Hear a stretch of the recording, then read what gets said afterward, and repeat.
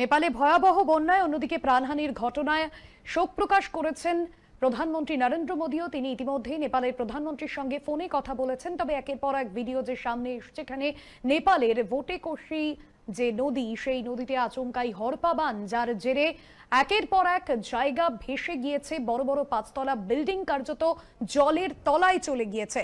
সেই ছবি দেখাচ্ছি আপনাদের। নেপালে ভয়াবহ বন্যায় প্রাণহানির ঘটনায় ইতিমধ্যেই শোক প্রকাশ করেছেন প্রধানমন্ত্রী নরেন্দ্র মোদী। আমাদের প্রতিনিধি অঙ্কুর ভট্টাচার্য রয়েছেন ফোন লাইনে। অঙ্কুরদা, ইতিমধ্যেই ভারতের সঙ্গে যোগাযোগ করেছেন নেপাল এবং নেপালের প্রধানমন্ত্রী, তিনি কথা বলেছেন নরেন্দ্র মোদীর সঙ্গে। কি জানা যাচ্ছে এই বিষয়ে? দেখো, প্রধানমন্ত্রী নরেন্দ্র মোদী আজকে নেপালের প্রধানমন্ত্রী বলেন্দ্র শাহের সঙ্গে কথা বলেছেন এবং কথা বলার পর প্রধানমন্ত্রী নরেন্দ্র মোদী তার নিজের এক্স হ্যান্ডেলে একটি পোস্ট করেছেন। সেখানে প্রধানমন্ত্রী বলেছেন যে আমি প্রধানমন্ত্রী বলেন্দ্র শাহের সঙ্গে কথা বলেছি। নেপালে যে বন্যা হয়েছে সেই বন্যায় যারা প্রাণ হারিয়েছেন তাদের প্রতি শোক জ্ঞাপন করেছেন নরেন্দ্র মোদী। এই কঠিন সময় ভারতের জনগণ নেপালের ভাই বোনদের পাশে সংহতি নিয়ে দাঁড়িয়ে রয়েছে।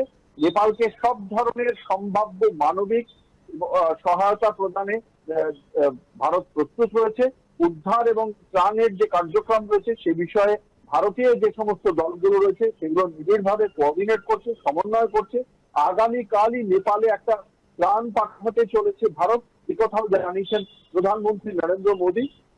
এবং সেক্ষেত্রে ইতিমধ্যেই এই পরিস্থিতিতে ভারতের যে বিহারেও খানিকটা উদ্বেগের ঘটনা রয়েছে, মানে পরিস্থিতি রয়েছে। এই পরিস্থিতিতে বিহারের মুখ্যমন্ত্রী সম্রাট চৌধুরীর সঙ্গে কথা বলেছেন কেন্দ্রীয় স্বরাষ্ট্রমন্ত্রী অমিত শাহ। সার্বিকভাবে নেপালের যা পরিস্থিতি তাতে ভারতও যথেষ্ট সতর্ক রয়েছে। বিহারে ইতিমধ্যেই হাই অ্যালার্ট জারি হয়েছে।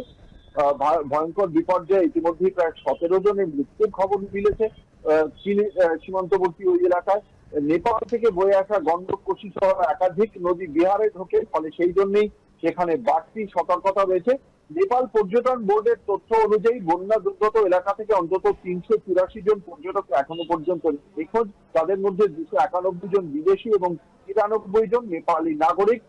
বিদেশিদের মধ্যে 105 জন ভারতীয় নাগরিক রয়েছেন এবং নেপালের ভারতীয় দূতাবাসের তরফ থেকে হেল্পলাইন চালু করা হয়েছে। নেপালে আটকে পড়া ভারতীয়দের জন্য নেপালে পাশে থাকার বার্তা দিয়েছেন প্রধানমন্ত্রী নরেন্দ্র মোদী। বিহারের পাশাপাশি উত্তরপ্রদেশেও হাই অ্যালার্ট জারি করা হয়েছে। ভাস্বতী, একদমই ধন্যবাদ জানাবো অঙ্কুরদা।